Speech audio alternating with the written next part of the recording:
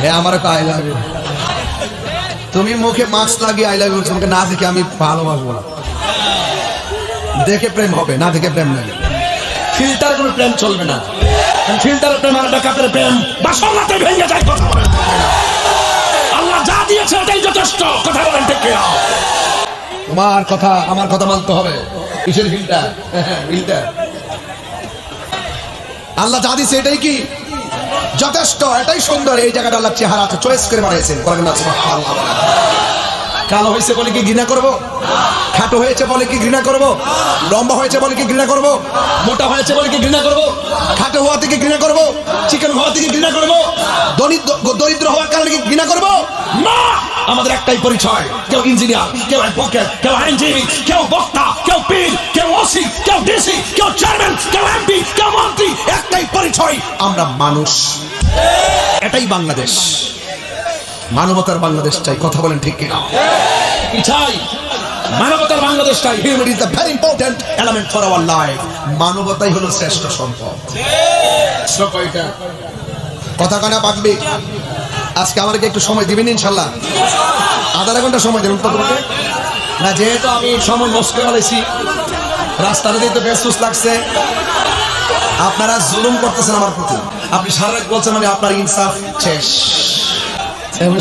ঠিক করতেছি আর কি, মানে পেটের খিদা গেছে, রাত্রে খাইছে, এখনো কিছু খাই নাই। এ তাড়াহুড়া করতে যে রাস্তা থেকে কিছু খাবারও নেই নাই। আমার দিকছ এটা আমার দিকছ আমার বাজান। আপনাদের মনটা যদি ঠিক থাকে আমার ওয়াজটা ঠিক থাকবে।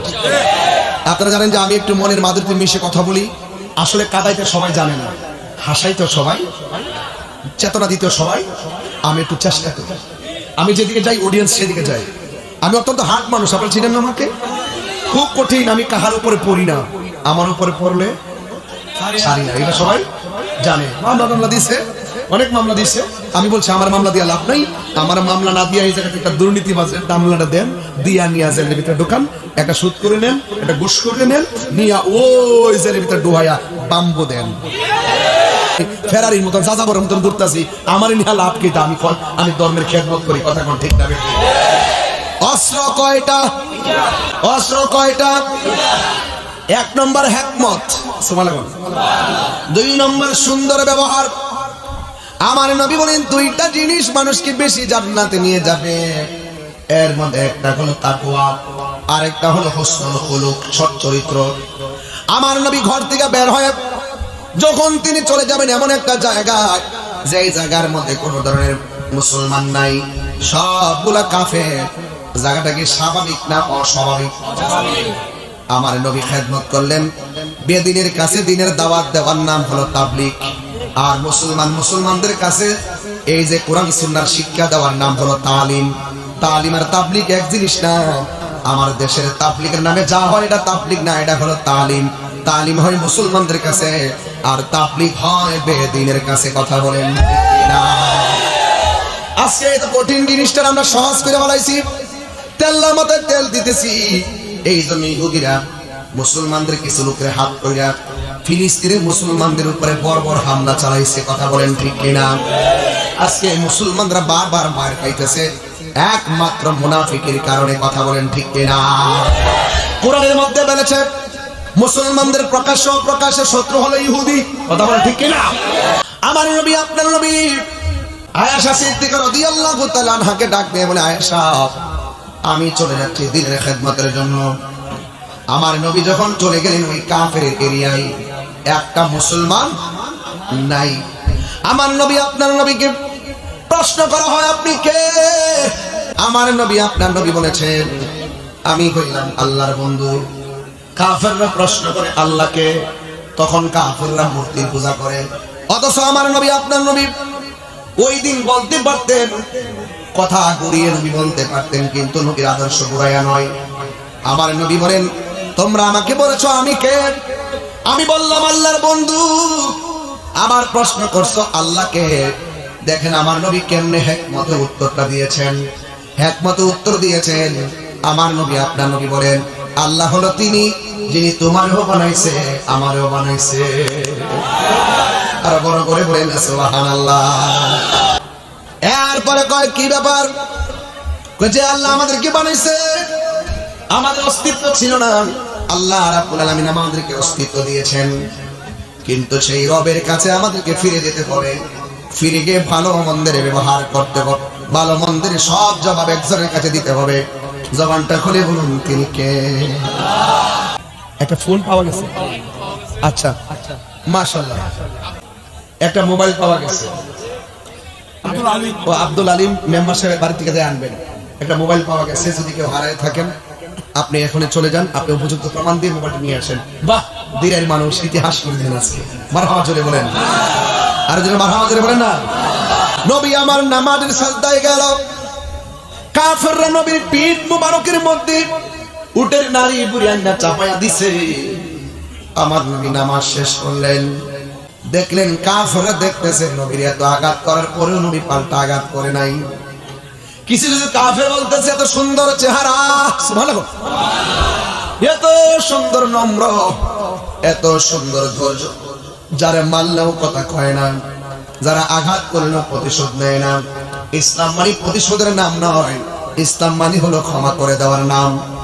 আমার নবী আপনার নবীকে এত আঘাত করার পরে যখন কেউ কিছু কিছু কাফের আছে নবীর চেহারা দেখা মনে মনে সিদ্ধান্ত নিয়েছে, যার চেহারাটা এত সুন্দর তারে আর মারা যায় না, তার কাছে কালিমা পড়ে মুসলমান হওয়া যায়।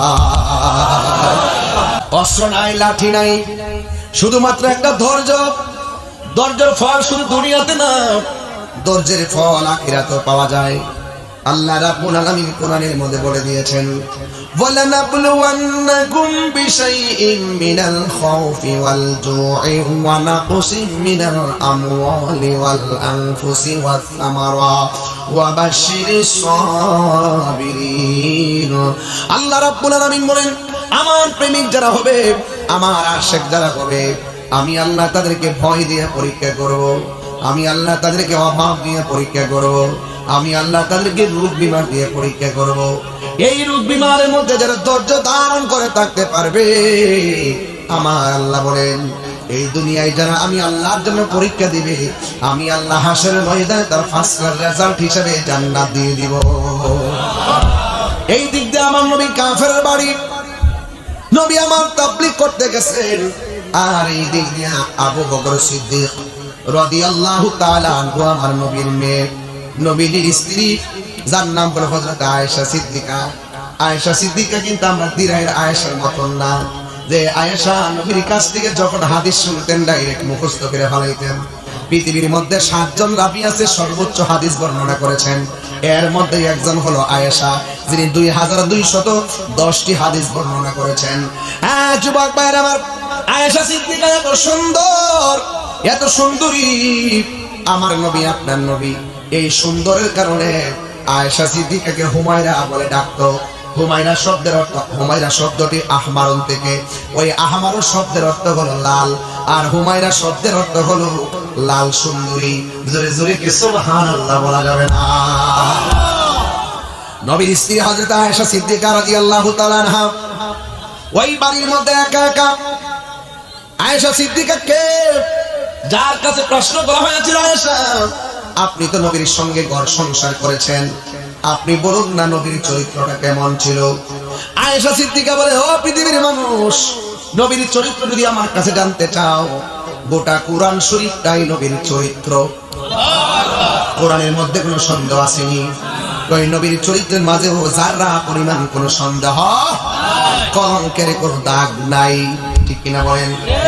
এরপরে একদিন আয়েশা সিদ্দিকা রাদিয়াল্লাহু তাআলা আনহাকে প্রশ্ন করা হয়েছিল, আয়েশা আপনি যে নবীর সংসার করেছেন, নবীর চেহারাটা দেখতে কেমন ছিল? আয়েশা সিদ্দিকা বলে, ও পৃথিবীর নারী সমাজ, তোমরা বলতেছো নবীর চেহারাটা কেমন ছিল, শুনে যাও। ইউসুফ আলাইহিস সালামের মজলিসে ইউসুফ নবীর দেইকা মহিলারা ফল কাটতে যাইয়া আঙ্গুল কাটটা ফলাইছে, যারা পরিমাণ কোনো টের পাই নাই। আর ওই মজলিসে যদি আমার নবী আপনার নবী সেই মজলিসের মধ্যে যদি যে করে, বাবা ওই মহিলারা ফল কাইটা আঙ্গুল কাটছে তো দূরের কথা, কলিজাটা কাইটা টুকরা টুকরা কইরা ফলাইতো, যারা পরিমাণ কোনো টের পেত না।